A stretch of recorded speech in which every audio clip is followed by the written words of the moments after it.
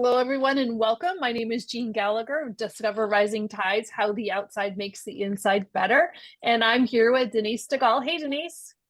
Hi, Jean. How you doing today? I'm good. How are you? I am good, thank you. As always, Denise is our longevity specialist or a longevity concierge. Concierge. Yes, it's like croissant. I always start her on that word. But you are not our longevity croissant. Not today. Not today, but we are going to talk about food today. So we're talking about food and nutrients. Is that right? We are going to talk about food today. Sorry, audience, we're not talking about croissants. Maybe another time. Yeah, we're going to talk about food and preserving the nutrients when we are cooking. Because, I'm always talking about eat whole foods, eat real foods, eat them as close to the way nature made them, right? And so somebody asked me the other day whether they should be eating everything raw. And, I automatically think, well, yeah, salads are great. And then the more the conversation was, well, no, we should be cooking some foods, raw meat should be cooked because that could be, that could lead to illness. So we don't want to be doing that unless it's handled well, like with sushi or carpaccio. Um, but those aren't things that we usually make at home. We usually have somebody else, a professional, take care of that. So of course we want to cook foods because they make them safer, they make them more palatable, and they obviously make them more flavorful. Have you ever eaten a raw green bean?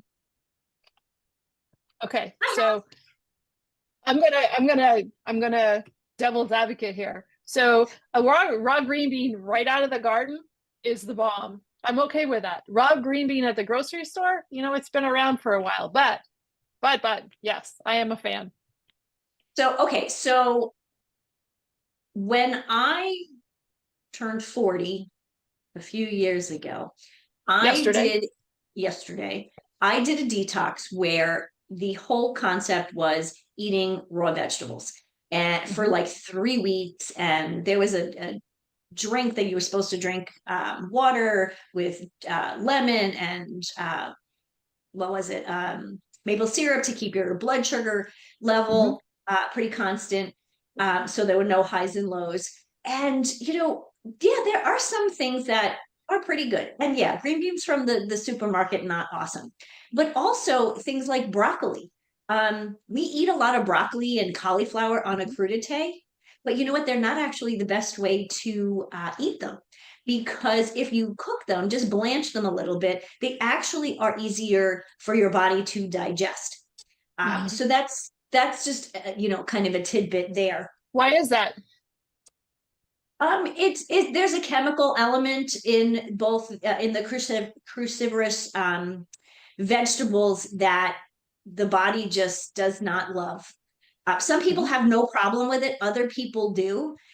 So it's kind of like, are you lactose intolerant or not?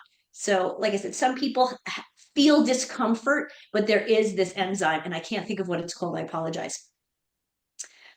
But what's important, though, when we're talking about cooking these foods, and of course, today I'm talking a little bit more about veggies, Mhm. is when you're cooking it, you still want to make sure that you're maintaining the nutritious benefits of the food. So, one of the first things that I think is really important and people kind of forget is choosing the right cooking method. In my course, 5 dinners in an hour, one of the activities that we do is we choose the cooking method. What are we cooking? How are we going to cook it? Because different cooking methods will affect the nutrition. One depends on the temperature, right? If you're steaming or blanching, like I mentioned for the broccoli and the cauliflower, that's going to preserve your vitamins and minerals because it's going to the food is going to just be in contact with the water for a short period of time. So it reduces that cook time. Long cook times, like if you're boiling or roasting or deep frying, um, higher temperature, which means Mhm. you're already kind of killing the nutrients, but then you roast them for longer. Now, yes, they do taste good, like a roasted potato in the oven with a little bit of olive oil, salt and pepper, and rosemary tastes really good, right? You wouldn't want to eat that raw. Potato raw does not taste good. I Yeah. don't know how well that would be digested. But at the same time, you are losing some of the nutritional value. But at least you're eating a potato and not necessarily a French fry. That's true. So think of cooking like the cooking method. I like to use this analogy of, the cooking methods are like walking down a path, like two different paths that lead to the same destination, right? You want your food cooked. Some paths, steaming and blanching, preserve the beauty. When you steam and blanch vegetables, they retain their color. When they retain color, they're retaining their nutrients. Versus other ways, especially frying and baking and roasting and broiling. Think about it, much more brown, kind of color. So you go from, green, colorful to with blanching and steaming to kind of brown and more brown, shades of brown with the other higher temperature. Walking down the path, cooking food. So I mentioned blanching and steaming food. When you're doing that with vegetables, you actually do not need a whole pot of water. And I think that's really where people go wrong, is they fill the pot, they get it boiling, they put the food in, or maybe they put the food in and let the water boil. That's not a good thing. Water has to boil first, and then you stick it in.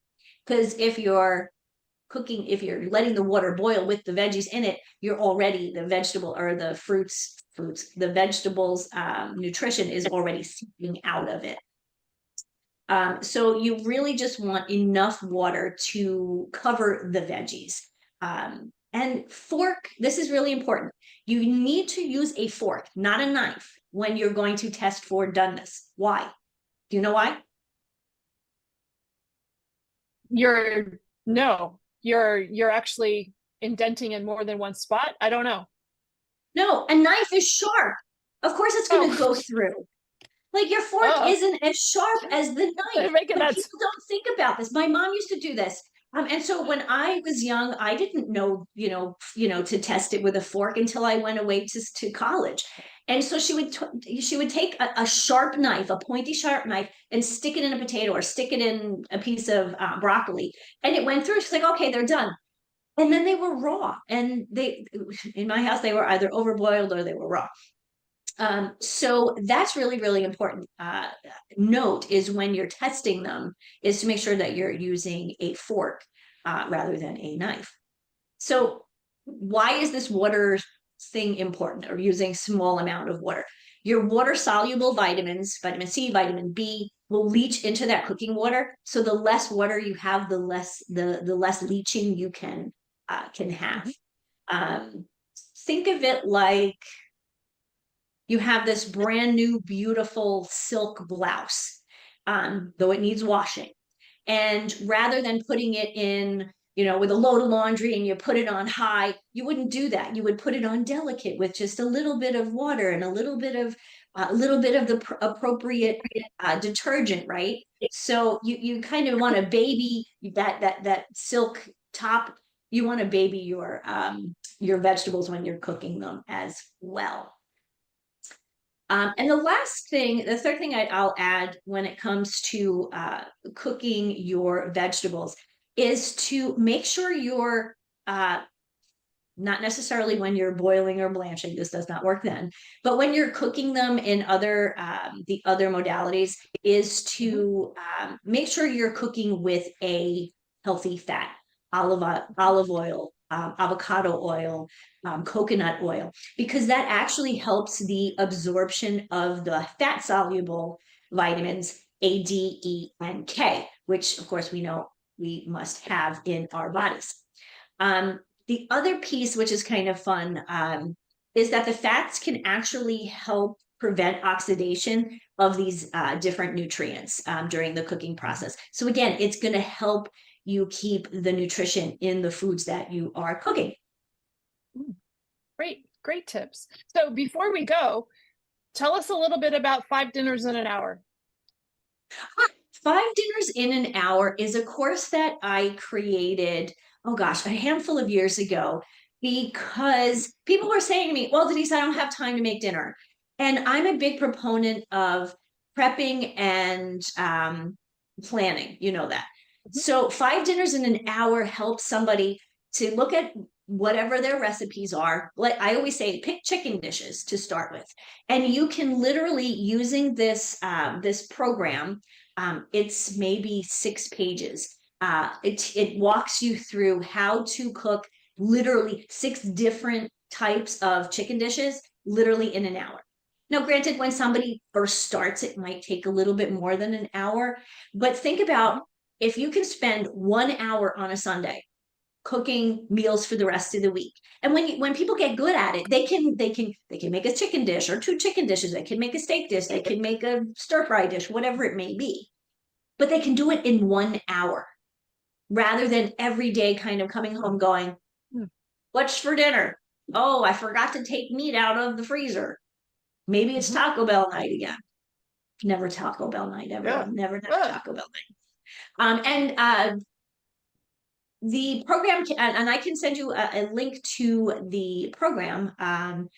I think I forget where I have it off the top of my head right now, but I will make sure that you get access to that for the show notes. That's good. That'd be great. So this is super great information, and don't overthink your cooking either. Keep it simple. Just and what's a nice little trick with the vegetables is if you're going to blanch some broccoli, blanch some broccoli. Blanch enough for a few days. So then it's in the refrigerator. And then if you're going to saute it in some avocado oil to heat it up, it's just there and you don't have to cook it for very long and it's ready in a second, but it's prepped and ready to go. So great Absolutely. tips for keeping the nutrients in your food. Yes, don't compromise the integrity of your food. Thank you, as always, Denise. Thanks, Jean. Hello, everyone. This is Jeanne Gallagher, Discover Rising Tides, and I want to just take a moment to talk about my friend, Denise Stegall. I am honored to call her as a friend, and I'm so grateful that she gives us her insight during our shows each show and talks about healthy living, eating real food. You hear Denise say, eat real food a lot. Well, she means it, and she knows what she's talking about. She is an amazing healthy living coach, curator at Living Healthy List. And if you ever have any questions about what is real food, why does it matter, how does that apply to me, how do I change, what do I need to do, how do I even create a healthy living shopping list, make sure that you call her. She is your healthy living coach, and you can find her at healthylivinglist.com. Hello, everyone, and welcome to Discover Rising Tides, How the Outside Makes the Inside Better. My name is Jeanne Gallagher, and welcome to the show. And I'd like to introduce to everyone Heather Stewart. Hey, Heather, how are you? I'm great. Thanks so much for having me on. I'm excited for our conversation. Oh, so am I as well. Before we get started, give us a little bit about your background, and then we'll jump in. Ooh, a little bit about my background. I'll try. Or So, a lot of bit, whichever yeah, bit. exactly. So, my first career, I did the traditional things that you were supposed to do. I went to university and I became a CPA because that was a good career to have. And, I did all those things. And about 15 years into it, I was a senior executive in this really large publicly traded company. I had the husband and the house and the cars and the stock options. And I was not very happy. I just felt like this was not the right place. I wasn't in the right place. So I started exploring other things. And fast forward a little bit, I ended up quitting my job and getting divorced, all kind of together. But I started teaching yoga. I've now been teaching yoga for about 20 years. I became a personal trainer. I went into the whole wellness space. I opened my own yoga studio. I went back to school and became a registered massage therapist. So I went from sitting at a desk 14 hours a day, knowing that it was not good for me, to fully into the wellness space. But, and at one point in there, I realized that people were asking me a lot of questions. about Mhm. how to help themselves. These were wellness people. People were coming to me for advice, and I thought, wow, I'm just trying to help them be physically better, but they keep asking me for advice. And then, you can't see the forest for the trees. One day, one lady said to me, Heather, you should teach this. And I thought, oh, that's a really interesting idea. So off I went, and I also incorporated business coaching to the health and wellness space, because I Mhm. found that they were really good at what they did, but they struggled so much because they just saw that business aspect as something scary. Mhm. Then I'm doing that, and 2021 hits, and I have a stroke, which was Mm. a bit shocking to me because I I did all the things to be well, and I was in the hospital, and it was during COVID. No one could visit me. There were no beds in the ward. I was in the ER for 3 days. I couldn't see properly because I had double vision. And I was laying there thinking, okay, what's my lesson? Why am I here? I was like, there's a reason that I'm here. And it was a 3-day silent retreat. It was a gift from the universe for me. And I realized that One that you didn't actually plan on. you don't plan on That's a these great gifts. way that you put that, a Yeah. 3-day silent retreat. Yeah. I was like, thanks, universe. I'm listening now. And what it was I needed to expand what I was doing. So I had gone from this, intense type A corporate person to this yoga wellness person, and I needed to marry those two together. And using both sides of my brain, the left and right side, the male, the female, all of it, to help people harmonize. I don't use the word balance anymore. I use harmonize. Harmonize all the pieces of their life so that when they hit a bump in the road, like a stroke or a car accident or a loss of a loved one or anything, they have everything they need in place so that they can take the time to work on that thing. So all of this, the 3 days, it was a very productive 3 days for me. That's when my podcast came in. That's when my program came in. I was just lying there talking to my telephone, giving it my ideas because I couldn't see properly. And one of the things that I really recognized was one of the key things that people sometimes don't recognize they need until something happens is the community around them.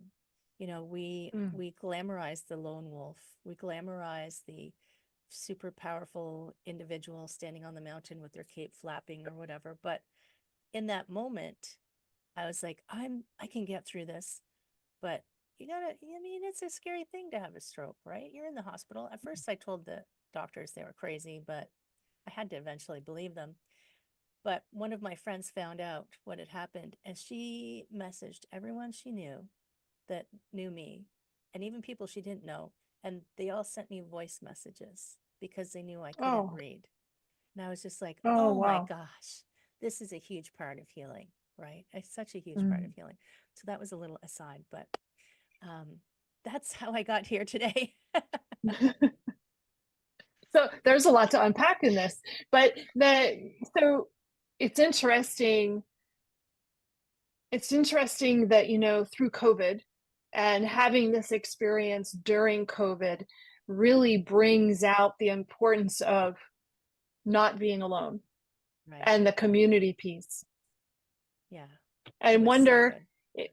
if if this had happened post COVID or pre COVID, would you have gleaned the same things out of it? I wonder.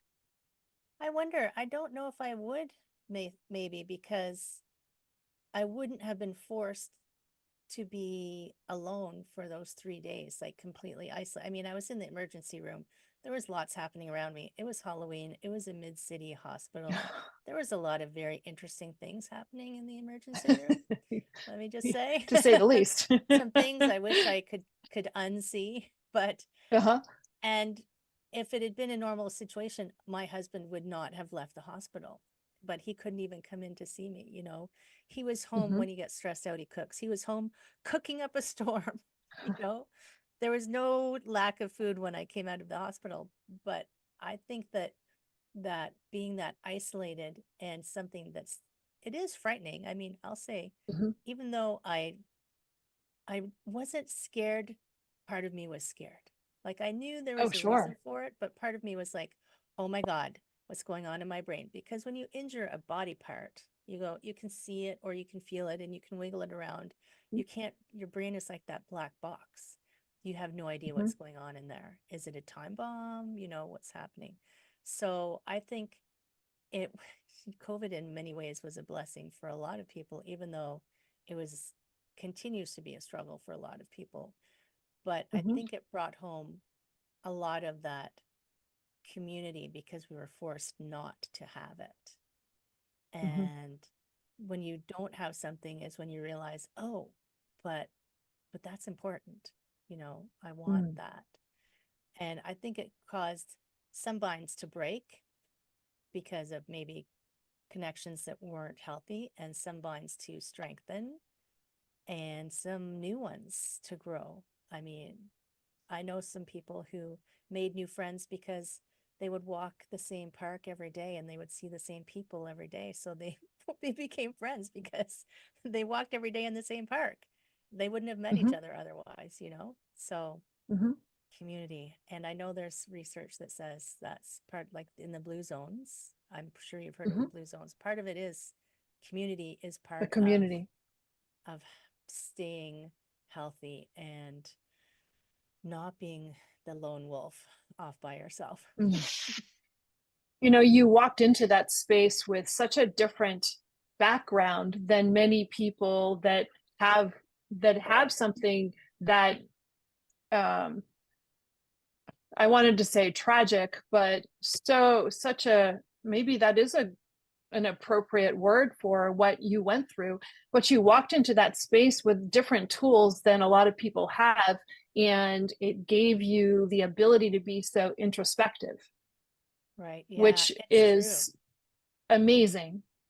And nobody's ever said it like that before. So thank you for that. That's a really Mm, interesting way to put it because I also have had, a 25-year meditation practice. It was not um I didn't have to face that challenging of being alone with myself in my mm. thoughts. Oh, I yeah.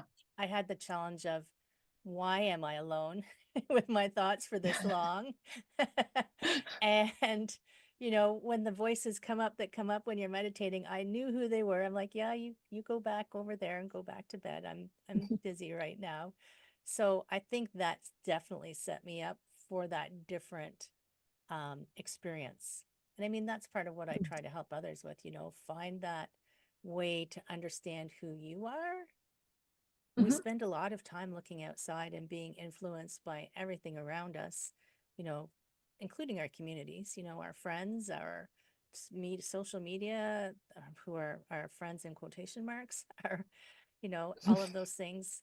But some of my clients, when they come to me, don't even know who they are inside. So Mm.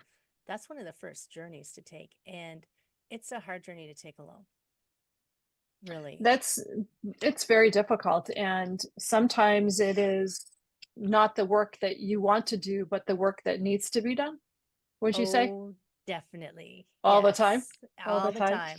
I've been a meditation and yoga teacher for long enough that I can tell the people who aren't ready to sit and look at the insides of their heads just yet. So Mhm. I just ease them into it slowly. It's amazing. I've had a very long yoga practice too, and I think I'm really good at avoiding that part. There's your challenge. So I know, right? There's my honest observation, self-observation. You said, before we get into your current practice, you said something that I really want to delve into, and you said that, and I've never heard this before, but it makes a lot of sense. And you said the difference between harmonize and balance, Right. and how you've reframed that for yourself and for the people that you're working with. And how does that differentiate from each other for you, and what do you see? So if you think about balance, so I know, and I used to talk about work-life balance. I was just thinking about this last night. I actually did a keynote speech one day on work-life balance. And I look back Mm-hmm. now and think, wow, I've come a long way. But if you think about balance, it's like a tipping point, right? It's like the scent, like a Mm. teeter-totter. And when it's balanced, everything is static and not moving. And you can't move because you have to hold that perfect balance. And maybe you're making little twitches, but you're trying to stay in that one space where nothing is changing. So balance is Mm. like this static point where I think more of harmonize, because life life is going to throw things at you, and instead of trying to hold this rigid position of a center point, you harmonize by shifting. I mean, I just came back from guiding a 6-day kayak trip, and we hit some waves. It's like you have to let the boat float underneath you and you stay on Mhm. top, relaxed, and you make those adjustments that you need to make. And sometimes it's a bigger wave, so it's a bigger adjustment. But harmonize for me is more being in that flow of what's happening and not letting it tip you over, if that makes Mm. I sense. love that. Yeah. Oh, it totally does. And I never, I've used the work-life balance conversation or um, name for quite forever. But I never really visualized what you just said. And it makes so much sense, because if you are in that balancing point, one thing that's added or subtracted can alter that, Can knock you right your over. balance. Right. Sure. But yeah, that's really phenomenal. And now did that change, having this realization, it must change how you are acting and reacting yourself personally, but also as you're talking to clients, that changes your perspective for them. Yes? Yes, definitely. And often people will come because I did use it for a long time myself, work-life balance, work-life balance. And my initial entry into it was, you can't cut yourself into work and the rest of your life, because Mm. it's part of your life. So I started trying to keep them together as part of the conversation instead of cutting them apart. And then when I saw all of these shifts happening, and even that my friends around me are having some big shifts happening, finding a way to help them stay afloat. So Mhm. as people come to me, even the clients that I'm working with, they'll come to me with one thing, and then we'll realize, oh, actually, to help this, we need to shift something over here instead to support that, so that that can operate better. So it's like a Jenga game. Life is a Jenga game, Mhm. right? It's like moving some of this around, moving some of that around, keeping the tower tall. That's right. Yes, it's a great analogy. Right. And don't pull out that wrong one. Don't pull out the wrong support, or you start over. Well, I've Yeah, started over a few times. Starting over isn't so a few bad. times. People Mhm. people get really worried about it, but it's not so bad. You will survive it. And so now that you tell us about your philosophy now, and what do you do, and how do you handle your work with people, and what areas do you focus on, and what do you look for?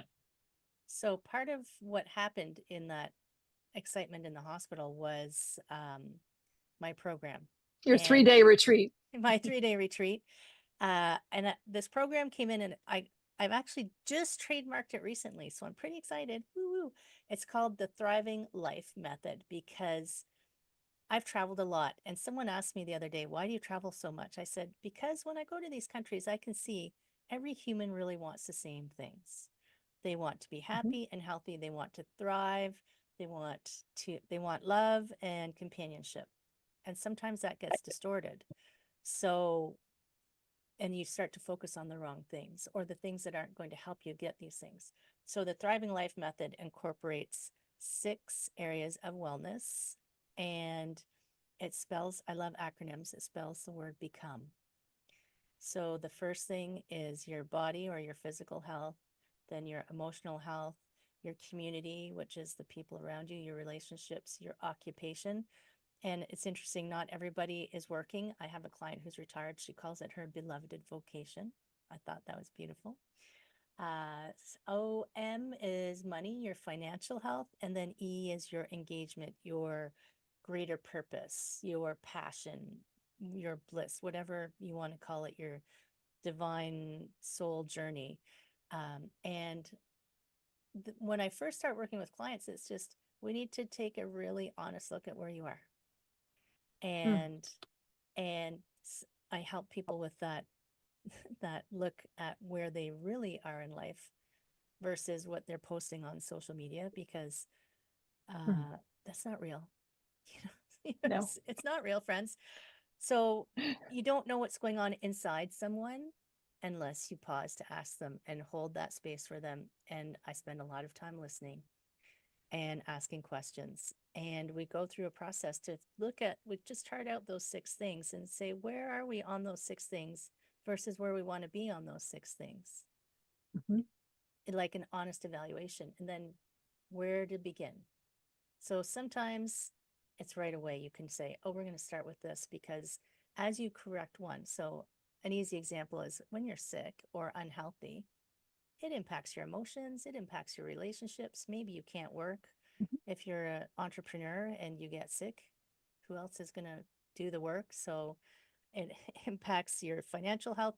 So we look at those 6 aspects and we say, where will we get the biggest hit first to help lift up the other ones? Like, I love the rising tides, because lifting one of those lifts the other ones, right?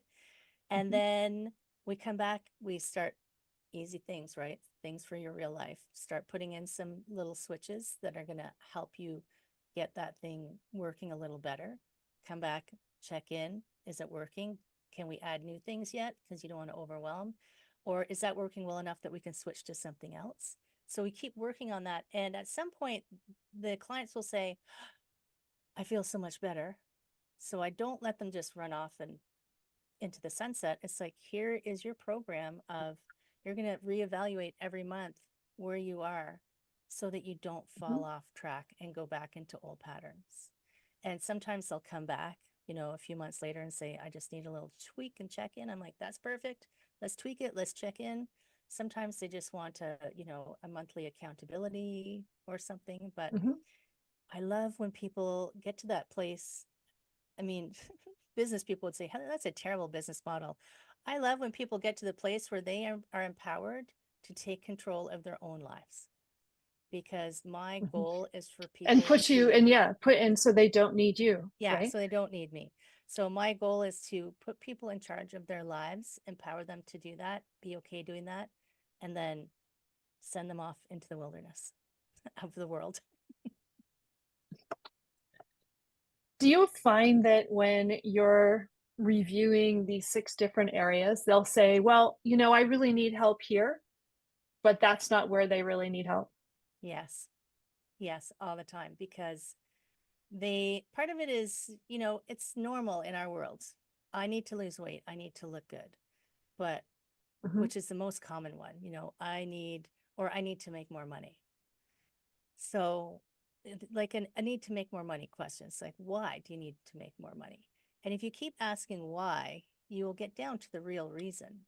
So I think it was on somebody else's podcast that I was listening to. There was a story of a woman who, this is back when people had typists still. Do you remember typewriters? I had typing class in high school. She wanted to learn to type I faster. ignored typing class in high school, and I can tell that. I can still tell that now. Right. Yeah. Darn it. If I'd only known. But this lady wanted to learn to type faster. So why do you want to learn to type faster? So I can make more money. Why do you want to make more money? And it drilled down and down and down and down, because she wanted to move somewhere in the suburbs. She wanted somewhere with a garden. But it came out that was because she and her mother lived in apartments in the inner city, and she wanted to be able to move her mother to the country with a garden as she aged and look after her. So there's lots of ways to do that other than typing faster, right? So if you can get to the reason you want it, you want the thing that you want. What she wants is a home with a garden to look after her mother. So once you're like, okay, I got that goal. So now, what are the myriad of ways that we can figure out how to do that versus I need to type faster? So that's interesting. Yeah, you just have to ask why. It's like a 2-year-old. Why? And so what are people's response when you drill down and you find out that true the true area that needs work. How do people respond to that? Well, sometimes they are shocked Mhm. because they never connected those dots together. Sometimes they'll say, oh, if I had thought about that, I would have realized that. Because at Mm. some level, the answers inside of you. Mhm. You've just never stopped to ask yourself the questions of what's driving you. Sometimes it's fear that drives people. I'm afraid Mhm. I'm old and I have no money. Well, let's talk about what's driving that fear. You know, are you actually old, or do you just have this concept that you're old? And how much money do you need? Some people chase money without understanding why they're chasing money. They just think it's something that they Mhm. need to have, and they don't have any idea of how much they actually need to have. So let's break that down. Let's figure out what that actually is. There's just, a lot of things that happen in life. We're molded early in life with our um, things that we react to, and sometimes we've never stopped to question why. So if you can Mm. unpack it and see if it's a real fear for you, then maybe you can take a different road, right? Mm. Yeah, very true. And so there's I think that there's two levels to that. The first level that we come across right now, which is different than it was 20 years ago, is the pretend land of social media, and how the socials have really changed our perception of ourselves, or our perception of self-doubt, when we're looking at somebody else's information that's not an accurate representation of where they're currently at. So there's one piece, but the other piece that comes into play here too is that it's very challenging to be that self-reflective without somebody guiding the conversation and how important of what you do. Right. It's true. And I sometimes invite people to have a social media via holiday. It's Mhm. like, I know that a lot of business owners use social media to help promote themselves, but I read this book a few years ago called 24/6 by Tiffany Shlain, and she made such a good case of why 24 hours a week you take a complete vacation from all electronics, like Mm. TV, everything. And that doesn't have to be you being alone in a room self-reflecting, but that time away from it gives you that pause to think about how good your life is. Because if we spend all of our time looking at how good everybody else's life is, or they're posting that it is, then you don't pause to look around you and go, wow, I have a really amazing life and I have Mm. everything that I need. I think social media has created the FOMO of life. It's like they're on the top of a mountain. Mm. Oh, I'm not on the top of a mountain, but you're somewhere epic. It's like I was up in Georgian Bay, if anybody knows where Georgian Bay is, and I was kayaking, and somebody was posting pictures of their trip to the Arctic on a ship. I'm like, wow, that's amazing. But look where I am. It's like I'm Right. somewhere amazing too. Maybe someday I'll go look at that amazing. Right now, I'm going to enjoy this amazing. And if when people, sometimes people, when they start having those internal conversations, I just remember the second half of your question, they go into this spiral of Mm. the doubt and the voices that they haven't identified in their heads. We have lots of people in our heads talking to us. I hope it's not just me. Right? But No, they go into no, I think I have a couple. I think I have right. some of your friends, maybe. maybe, but they go into that spiral, and without someone to kind of, I have a friend who she's like a cocker spaniel. Sometimes I just have to grab onto her and say, stop running around and breathe. So if they go into that spiral, they need someone to just grab a hold of them and say, just take a couple breaths right here and just like pause. And also someone to share what's going on with them, because sometimes it's not something they want to share with their circle, their community, Mhm. because of that fear of judgment, being kicked off the island, Mm. sounds too crazy, is too personal. They need someone impartial and non-judgmental who can just sit Mm. and hold the Yeah. space, right? That's true for so many different areas of where work needs to be done. I find the same thing as well when I'm sitting down and talking about financial things with clients, that it's Right. that creating that safe space of no judgment, of it is okay to it's important to talk through these things, but also there has to be a comfortable, safe place where the self judgment isn't available either. Right. And it's true, like Hmm. money is one of those things that people are so fearful around, and Mhm. they don't want people to know if they're in financial difficulty. They'll work harder and harder to hide it, and they'll get themselves into more and more trouble. And I'm just Mhm. thinking of, I read Jen Sincero's book, You're a Badass at Making Money. And she made a comment in the beginning about money is taboo like sex. You're not supposed to talk about it, but you're supposed to be good at it. That is a great comparison. Right? That's a great comparison. So what do you think the tools that you figured out yourself, or how did you make the transition from CPA Heather to yoga massage Heather? And because that transformation and that transition that you experienced had to have laid the groundwork for helping people through their work for what you're doing now. Do you think?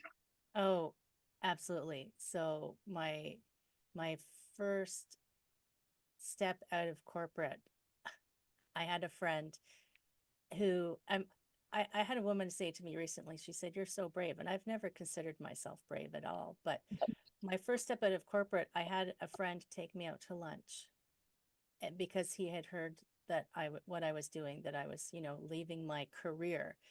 And Mhm. he was quite honest. He said to me, um, I was going to take you down to the mental health facility because I thought you'd lost your mind. And Wow. I'm thinking, all I'm doing is leaving a job. Like, how is that insanity? So Right. so part of, I mean, it's interesting. I had started practicing yoga because of a vice president that I worked with.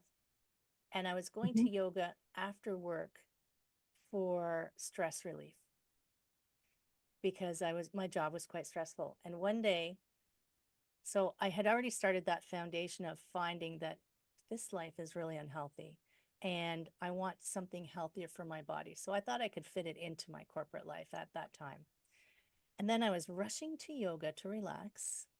And Toronto has a very busy intersection that it's like 4 lanes in each direction. Well, it has more than one of those, but the one that I was driving through it and there was a pedestrian in front of me and I started yelling at them and they looked at me and I looked up and my light was red. So I had no idea that I was driving through a red light. Somehow I didn't get hit by the cars coming in either direction. So that was my first wake up call. The stroke was the second one. It was like that sudden realization of this is not sustainable as a way for me to operate in the world, and I have to find a new way to do it.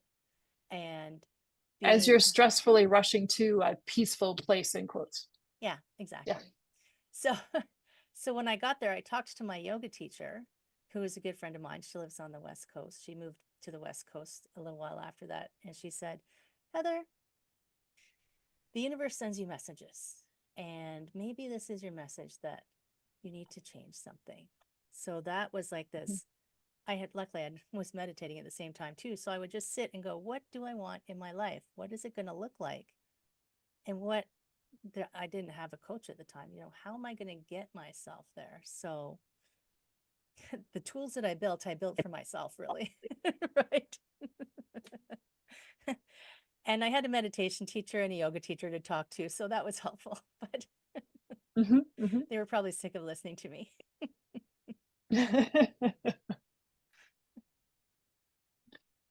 And as you look back through the process, how are you different?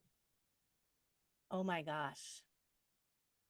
I am immensely different, and it doesn't stop. Even in the past year, I've changed quite a bit. And I think what has happened is I am not, I mean, I mentioned it about the stroke. I'm not afraid anymore of what's going on in life. And fear can show up in so many ways. Like fear can show up in endless disguises that will try to keep you small, try to keep you from doing what your heart is calling you to do. So I think that having jumped off the cliff once and quit my career, it makes it easier. It's almost like, you know, the first time you give a speech and you don't die, you're like, oh, I didn't die. I think I could do that again. So it's like I keep pushing a little bit more and a little bit more, going, well, and I stay curious. So part of my ability to get to where I am is, instead of that closing, when something didn't work, instead of going, oh, back into my shell, said that didn't work. I wonder why, or maybe it was the wrong thing. And then I'll meet people. I'm like, that's interesting. I want to learn about that, which is how I ended up being a kayak instructor. I just thought, that's interesting. Let me learn about that. That's interesting. Let me learn about that. So all of the things that I've been doing is staying open and curious. And that requires a level of courage with people, right? Because if you're open, depending on your background, you can feel like you're open to attack or your or previous experiences. But understanding that an attack on you is not about you. If it is an attack on you, it's about that person's fear.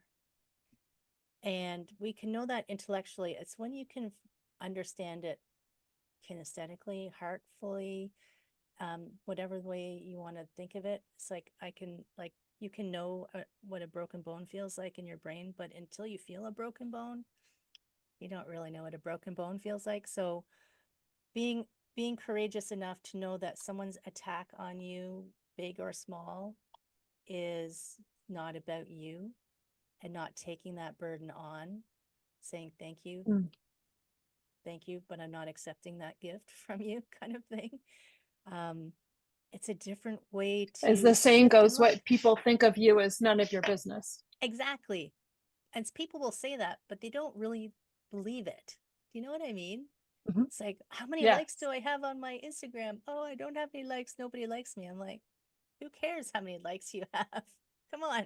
It's like, or the first time I had a troll on one of my podcasts, I thanked him very much. I'm like, thank you for your opinion. That's awesome. And then I had a conversation with him because I thought he was wrong and he thought I was wrong, which is totally fine because, you know, your truth is your truth and your truth is your truth. Right. So yeah, I mean, the biggest things people can do is be, even if they just crack the door open a little bit because they're scared, just crack it open a little bit, use your voice, share your voice with the world. You have something to share with the world, no matter how big or small it is. I also read Akashic Records, and I was speaking with a lady this weekend who said, what's my purpose? What's my purpose? I said, she wanted it to be something big. I said, what if your purpose is to have a really nice garden that people enjoy? Like, that's a really amazing purpose because I love gardens. So it doesn't have to be TV, social media. Your purpose is what makes your heart sing. And you have to be open to hear the messages, right? Your purpose is what makes your heart sing. That's beautiful. Yeah. This makes my heart beautiful. Sing. Thank you. And so we're both singing then. Yay! So what, is there a typical type of person that seeks you out or that you feel called to or that are called to you?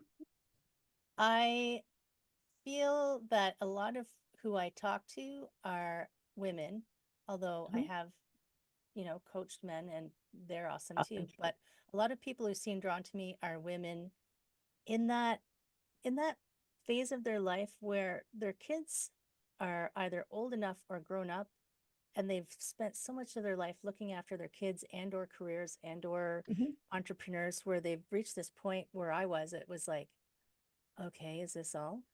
You know, it's like, I thought there were supposed to be rainbows and unicorns, and I'm not happy. So it's like, I call them overwhelmed overachievers, though they would never identify themselves as that. But it's like, you're feeling like life is just not exciting anymore. You know, There's got to be more. there has to be more to it than this. And I don't know what to do anymore. I actually had a client once who said to me she had no idea what made her happy. And I thought, that's tragic that you don't know what makes you happy. So we had to unpack that a little while to figure out what actually made her happy. She knew in there somewhere, but she didn't know at that time. Well, kudos to her, excuse me, for realizing that she didn't know. Yeah, exactly. So Yeah. if you don't know, this is a perfect time to figure it out, right? Mhm. It's never too late. I have clients in their 70s who are still figuring it out. So tell me about your podcast.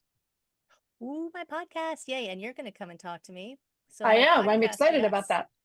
The podcast also came in my 3-day retreat. It's called Back to Me. Big surprise. Back to Me, Wellness Your Way, where I talk with people like yourself every week about some different way of thinking, some different way of approaching the challenges that you have in life.